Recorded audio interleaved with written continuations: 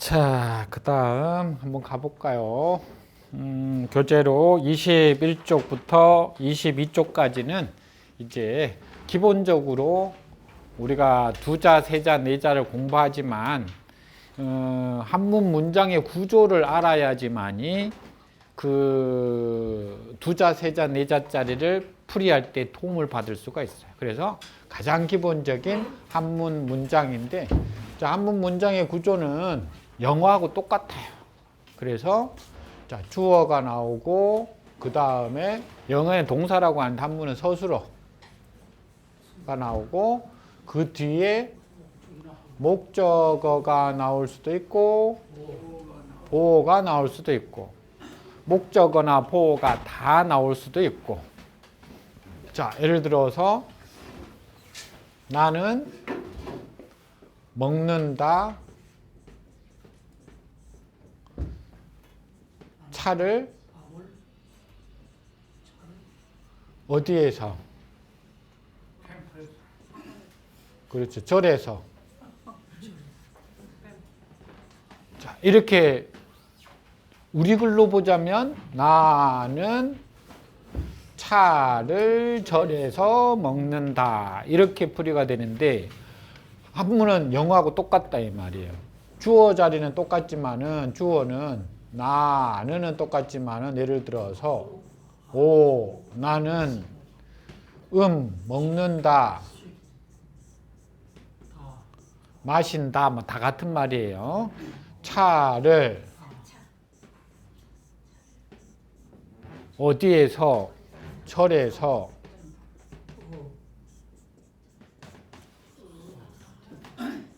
이렇게 된다 이 말이에요. 지금 여기 주술 구조는 여기까지만 해석하는 거예요. 나는 먹는다, 마신다. 차를 하면은 목적어까지. 어디에서까지 붙으면은 보어까지. 그러니까 기본적으로 이렇게 문장 구조가 되어 있다라는 것을 우선 머릿속에 우리가 지니고 있어야지만이 순서대로 풀이할 건가, 역으로 풀이할 것인가 하고 하는 체계가 서요.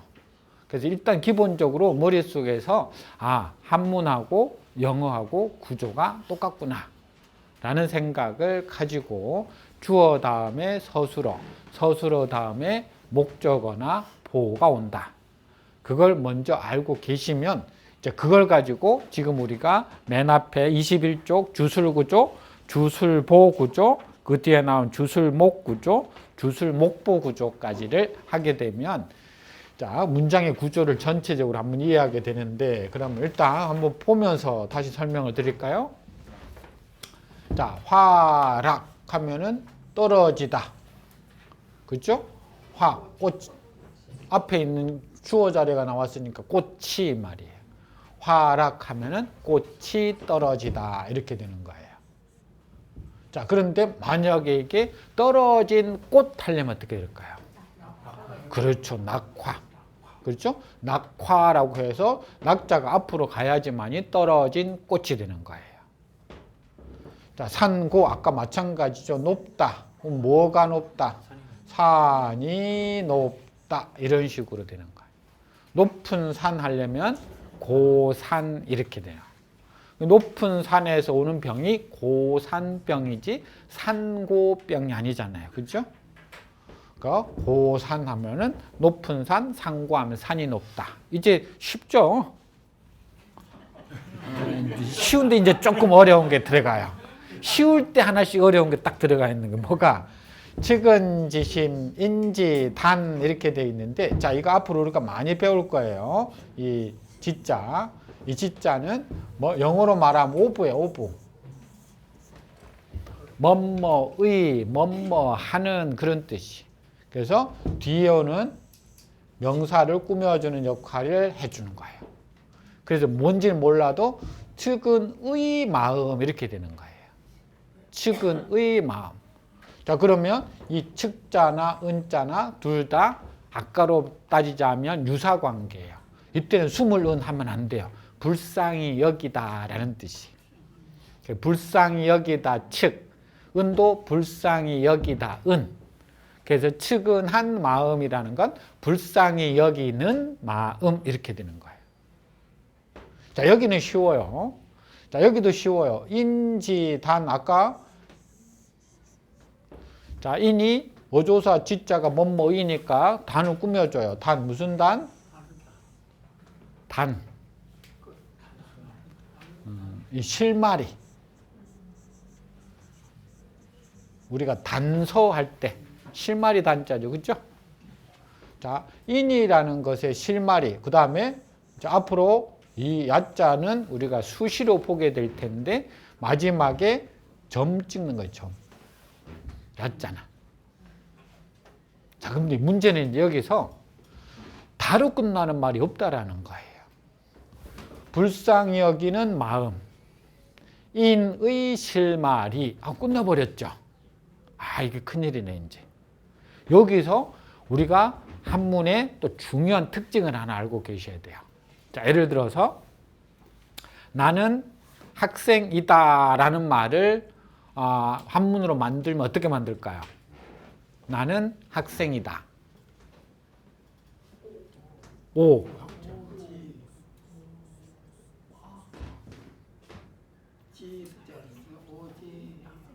오지? 오학생야. 오학야. 뭐 학해도 되고 생해도 돼요. 그건 뭐 상관없어요. 야. 그럼 뭐죠? 아니 그럼 그 옷하고 저기 지대를 그요 나는 학생이다. 학생이다. 안 되니까 나자가 그 좋은 것은 지가 아닌 것 같죠? 그럼 빼고 위.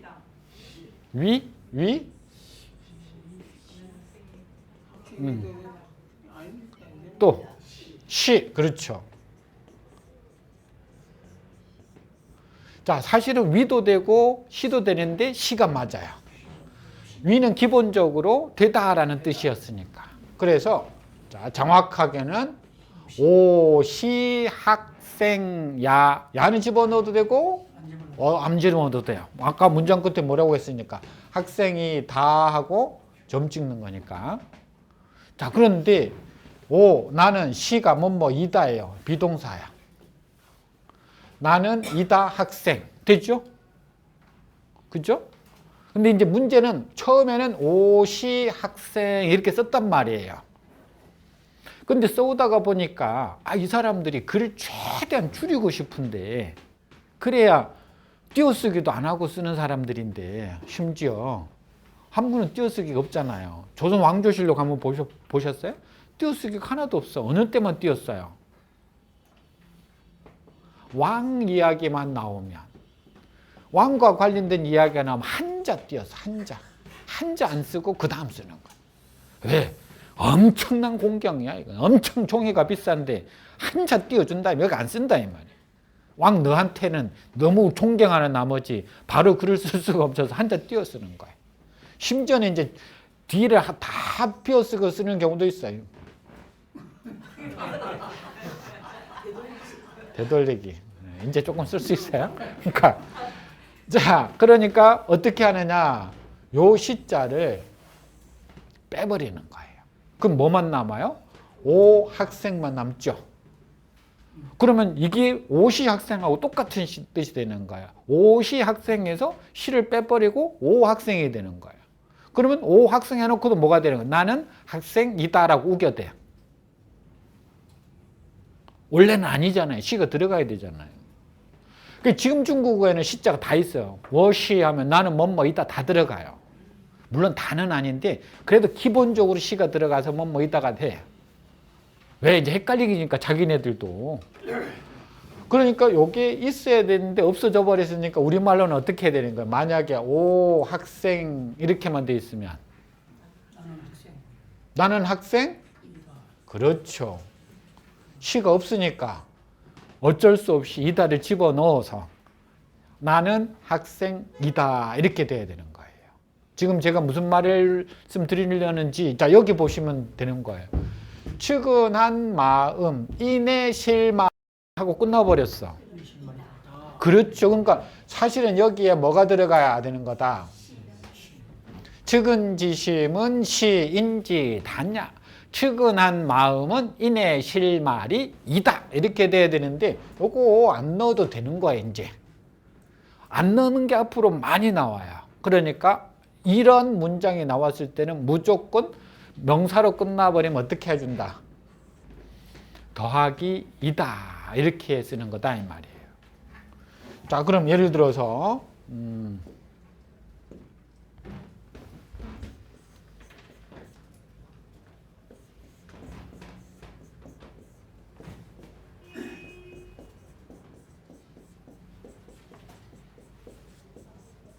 이렇게 돼 있어. 그럼 뭐라고 풀까요? 그렇죠. 와, 이제 금방 하산하시겠어요? 자, 그러면 이것도 우리가 이제 공부하는 입장에서 이걸 완벽하게 문장을 다 만든다면 두보, 시, 시, 성 이렇게 되는 거예요. 그렇죠? 두보, 시, 시성. 근데 시를 빼버리니까 두보는 시의 성인 하고 끝나버렸지만 어떻게 해요? 우리말로 이다를 집어넣어야 된다 이 말이에요. 그래서 앞에 두보는 이라는 말이 들어가는 거예요. 그래서 두보는 시에 있어서 성인의 버금갈 정도다라고 해서 두보는 시성이라고 그래요. 그럼 이왕 나왔으니까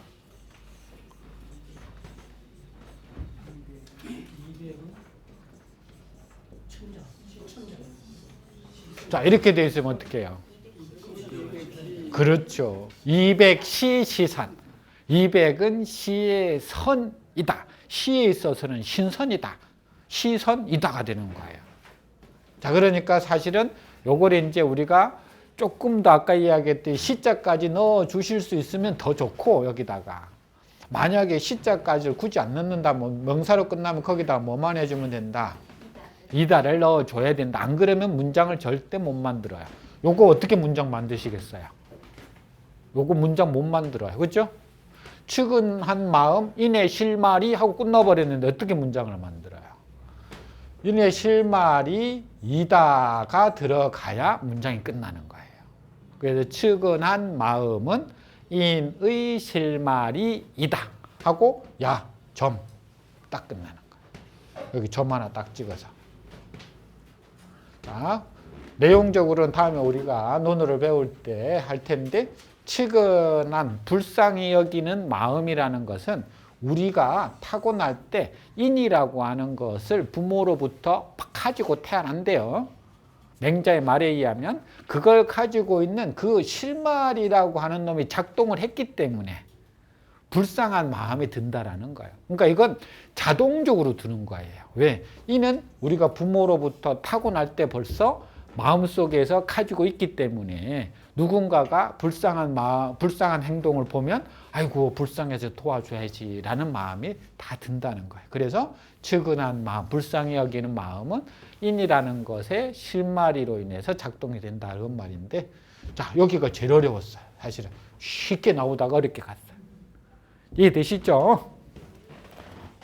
안 되시죠? 하나만 더 해볼까요, 그러면? 우리 속담에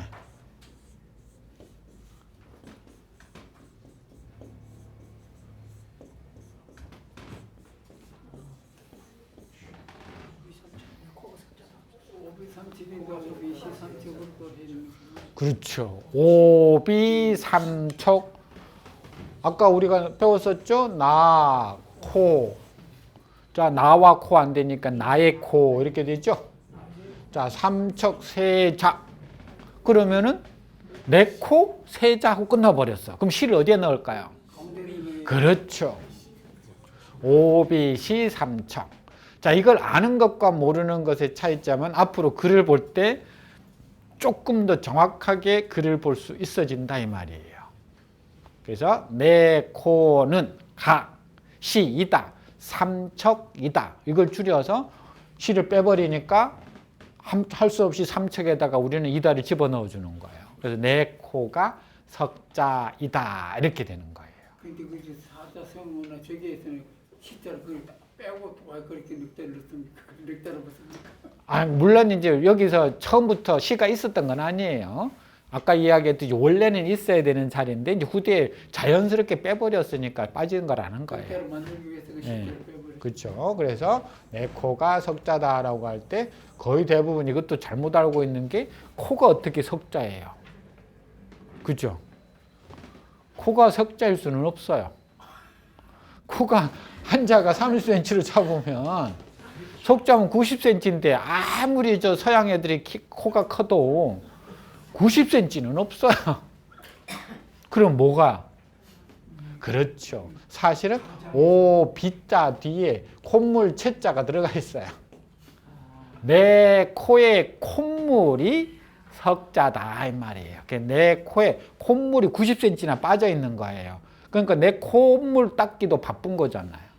근데 옆에 있는 사람이 자기 콧물 좀 닦아달래. 그럼 뭐라고 그래? 야, 내 콧물 닦기도 바쁜데 너 콧물을 닦아줄 시간이 없다라고 할 때 우리가 오비삼척 내 코가 석자다 해서 내 코 닦을 여력도 없다라고 하는데 뭐 잠깐 쉬어가자면 우리 이 옛날 풍속에 코와 모의 크기는 비례한다 이런 말이 있었죠. 코 크기하고 남자 양근의 크기가 비례한대요. 모르셨어요? 그런 속담이 있는데 속담이 아니라 그런 설이 있는데 거짓말로 판명됐어요. 거짓말로는 이제 판명 뒤늦게 의학 기술이 발달돼 가지고 그래서 원래 예전에는 그래서 코가 크면 양근도 크다라고 그랬었어요. 근데 어떤 그 외동딸을 둔 어머니가 사이를 딱 봤는데 사이가 코가 엄청 큰 거예요. 삼척이는 안 되더라도. 그러니까 외동딸이 시집 가서 고생할까 봐 어떻게 확인은 해봐야 되겠는데 그렇다고 사이 양근을 보자라고 할 수는 없잖아요. 그래서 할 수 없이 3월 달에 나왔다고 해서 3월이에요. 3월이한테 돈을 좀 주면서 오늘 저녁에 확인을 좀 해봐라. 내일 이제 집에 올 사람이니까. 그래서 3월이가 이제 저녁에 확인을 하고 다음날 마님이 부르죠. 그래서 3월아 어떻게 걱정할 크기는 아니더냐라고 했더니 3월이가 걱정 마십시오 마님 그래요. 왜 그랬더니 대감 마님 크기하고 똑같던데요 그러면. 걱정할 필요가 없다고 그래요. 요 전혀 근거가 없다고 그래요. 이 코 크기하고는 아무 상관없어요. 다만 한의학 하는 사람들 이야기 들어보면 오히려 귀 크기하고 약간의 상관관계는 있대요. 오늘 집에 가셔서 확인을 한번 해보세요. 어떻게 방법이 없어요. 뭐 어떻게 하겠어요. 자, 아무튼 주술 구조가 그렇게 된다라는 거고요. 자, 그 다음으로 가볼까요? 이번에는 주술 보구조인가요? 네, 밑에 주술 보구조. 자, 이것도 우리가 도덕경에서 봄 천리 지행 시어조카 우리가 아직까지 안 했지만은 이것도 사실은 천리 지행 내자 시어조카 내자 그래서 앞으로 8자 할 때 배울 텐데 내자 끊어진 거 기본적으로. 자, 아까 지자가 뭐뭐의라고 그랬잖아요. 이 행이라고 하는 게 가다라는 뜻도 있지만은 명사로는 길이라는 뜻도 있어요. 길. 이게 길. 그래서 천리지행하면 천리의 길 이렇게 되는 거예요. 그걸 줄여서 천리길 이렇게 되는 거예요. 근데 여기 다로 끝나는 말이 딱 있으니까 앞에 있는 건 주어가 되는 거예요. 그래서 천리길은 이라는 토가 붙는 거예요. 다 시작한다. 앞으로 우리 이거 많이 배울 거예요. 이제 어조사 어자 어디에서 누구에게 보다 더 가끔은 을이라고 하는 목적격이 쓰이기도 하고 누구와 과라는 뜻으로도 쓰이긴 하는데 요 위에 이 4가지가 제일 많이 써요. 어디에서 둘 다 장소 누구에게 대상 보다 더 비교 근데 가끔은 을을 뭐뭐와과 이런 형태로도 써요. 근데 사실은 이거 다 알고 있으면 더 좋고 앞에 있는 것하고 연결시키면 돼요. 서술하고 연결시키면. 시작하다 그러면 당연히 어디에서가 되는 거예요. 그렇죠? 시작하다 그러면 뒤에 붙는 게 어디에서가 붙어요. 어디에서? 족하에서. 그러면 이제 족하만 해석하면 돼요. 족하. 족하는 말 그대로 발의 아래. 아까도 우리 했잖아요. 발이라는 명사와 아래라는 명사가 붙었을 때 발과 아래인지 발의 아래인지 뭐가 맞을까요? 발의 아래. 내 발 아래니까. 자, 그러면은 됐어요. 천리의 길은 어디에서? 발 아래에서 시작한다 이 말이에요. 천리의 길은 발 아래에서 시작한다. 자, 여기서 우리가 중요한 거 하나 배울게요. 앞으로 어조사 어자가 나오면 요놈이 참 고마워 우리한테는. 왜? 앞에 거의 대부분 뭐가 나온다? 서술어 다로 끝나는 말이 나온다 이 말이에요. 그래서 아까 우리가 나는 식당에서 차를 마신다라고 할 때 나는 절에서 밥을 먹었다 할 때는 어떻게 해요? 사식자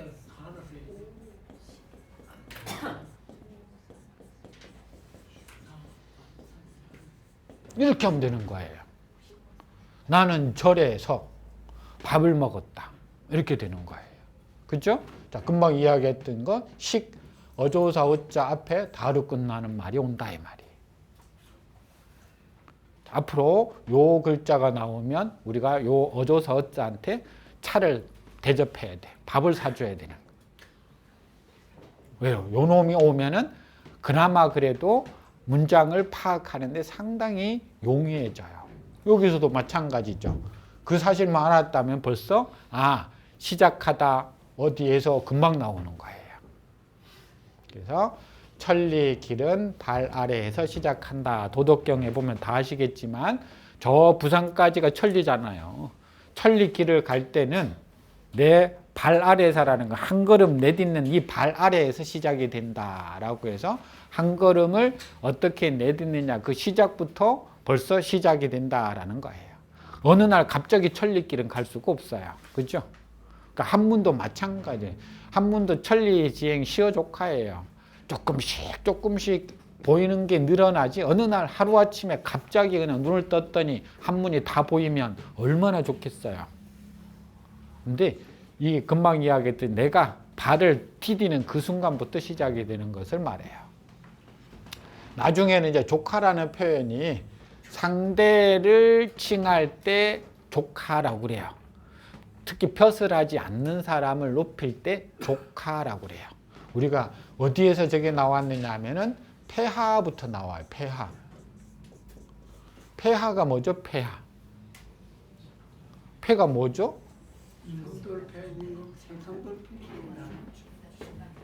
계단.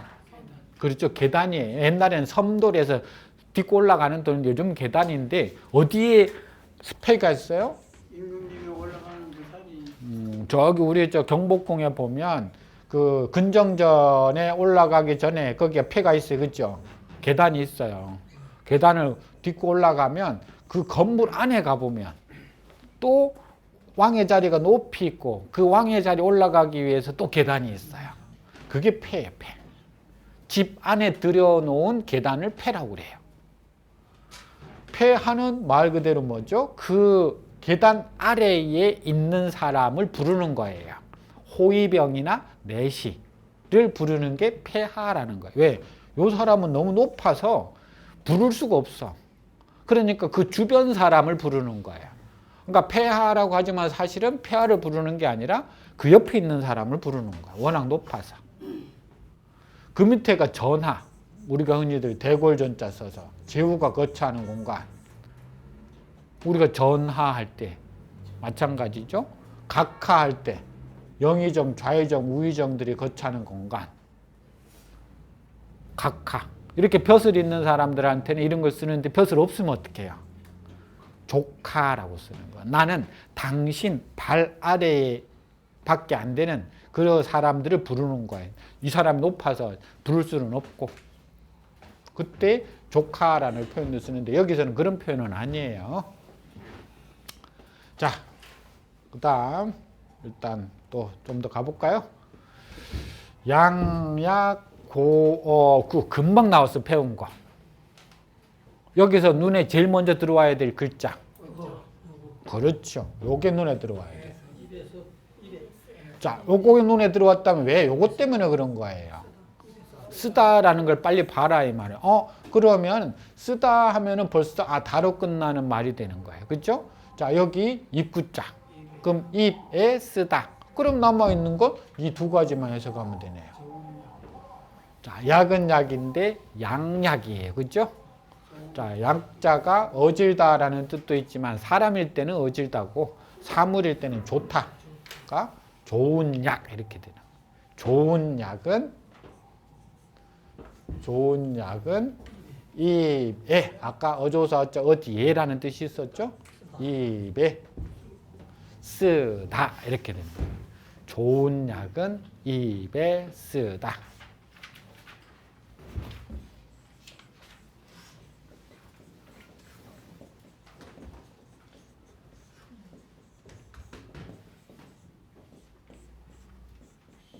자, 그럼 이것도 똑같이 풀 수 있겠죠?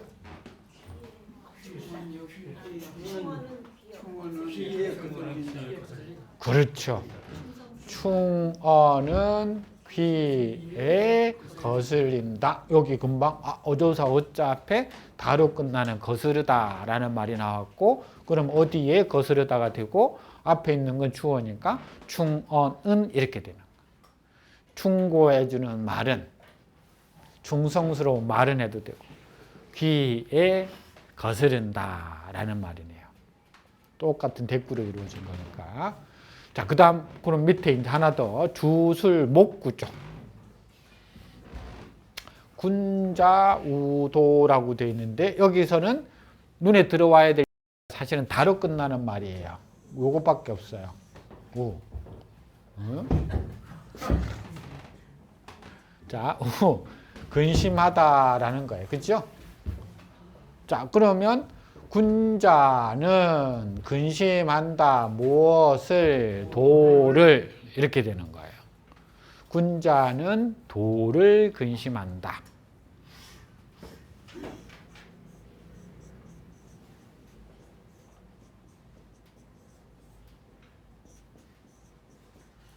그러면 이렇게 세 글자가 있으면 어떻게 될까요?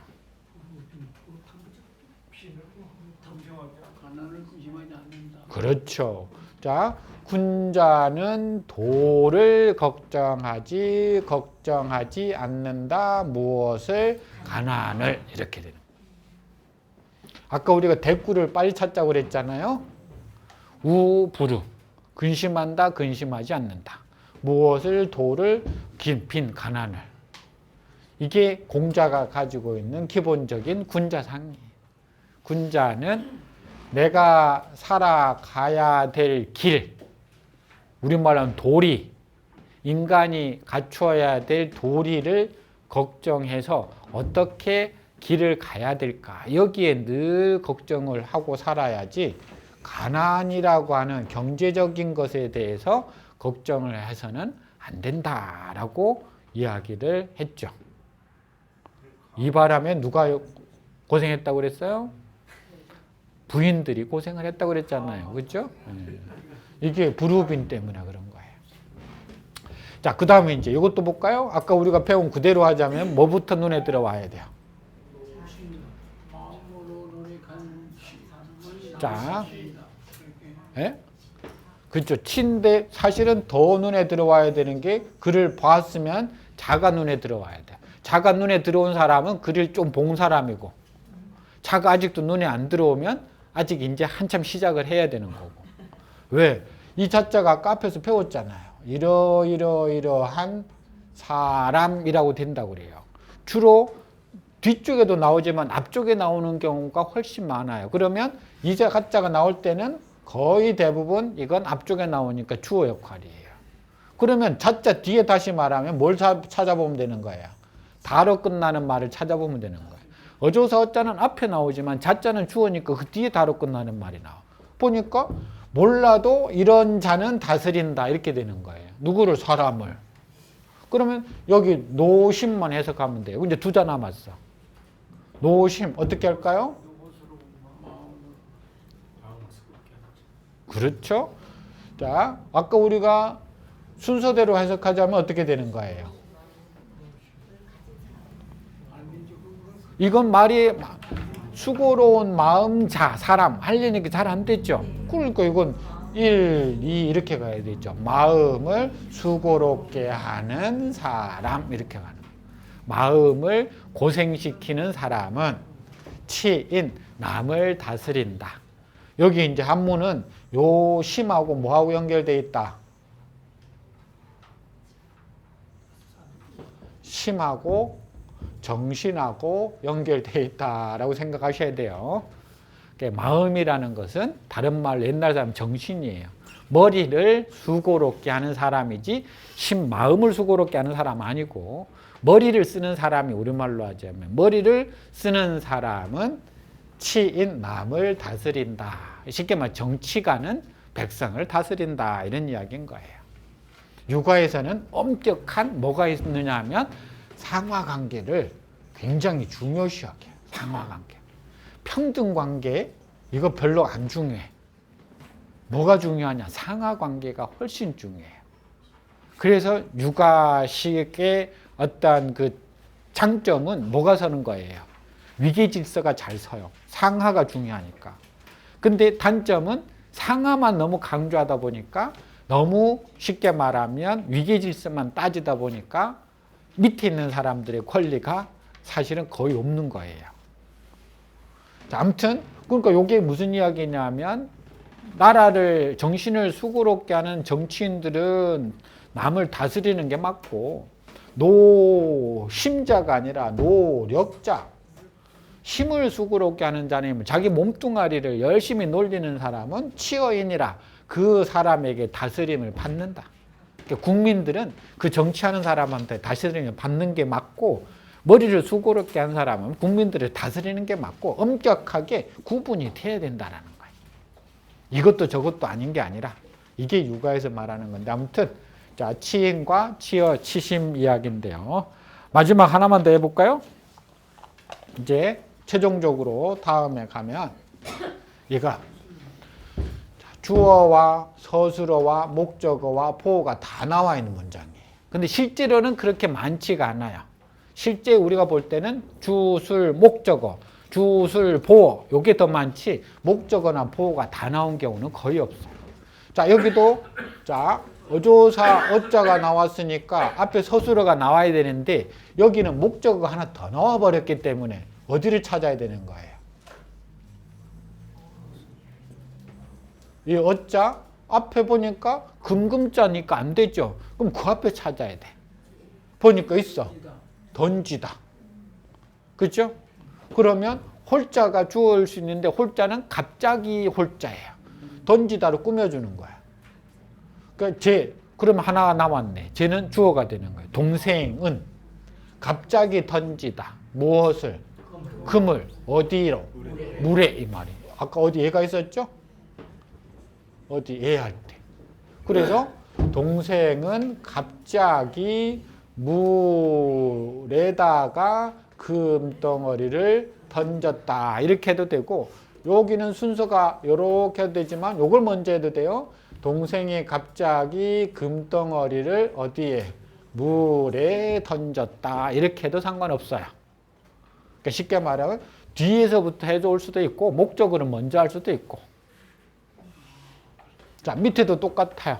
섭공문공자오자로 이때는 또 엽이라고 읽으면 안 돼요. 사람 성일 때는 섭이라고 읽지 엽이라고 안 읽어요. 그래서 섭공 읽으면 아 저 사람 한문 공부 못하는 놈 이렇게 되고 섭공이라고 읽으면 아 공부 좀 했네라고 하는 거예요. 자 섭공이라고 하는 제후가 묻다 공자를 아까 또 나왔네. 어조사 어자 앞에 보니까 공자가 뭔지는 몰라도 우리가 들어는 봤어요. 그 서술어가 아니니까 앞에 찾았어요. 묻다. 자로. 이 공자가 아끼는 제자 중에 한 명이에요. 공자하고 나이가 차이 많이 나진 않아요. 이 섭공이라는 사람, 여기도 마찬가지예요. 자로에게 공자를 물었다 해도 되고, 공자를 누구에게? 자로에게 물었다 이렇게 해도 되고, 끝에 아까 이 끝에서 하여도 되고 목적어부터 먼저 해도 되고요. 자, 이렇게 주어와 서술어와 목적어나 포어가 다 나와 있는 문장들은 결국 그렇게 많지는 않아요. 아까 이야기했듯이 주술 목적어까지만 나오거나 주술 포어가 나오거나 하는 문장이 훨씬 많아요. 근데 이렇게 다 나와 있는 문장도 가끔은 보여요. 다음에 우리가 내용은 다음 우리가 논어에 가면 이 석공이 자로에게 공자에 대해서 너네 선생님 어떠냐라고 물어보는 이야기가 나오고, 자, 고려사 전류에 보면 동생이 물에다가 금을 던지다라고 해서 우리만의 고사성어가 그렇게 많지 않아요. 근데 가장 대표적인 게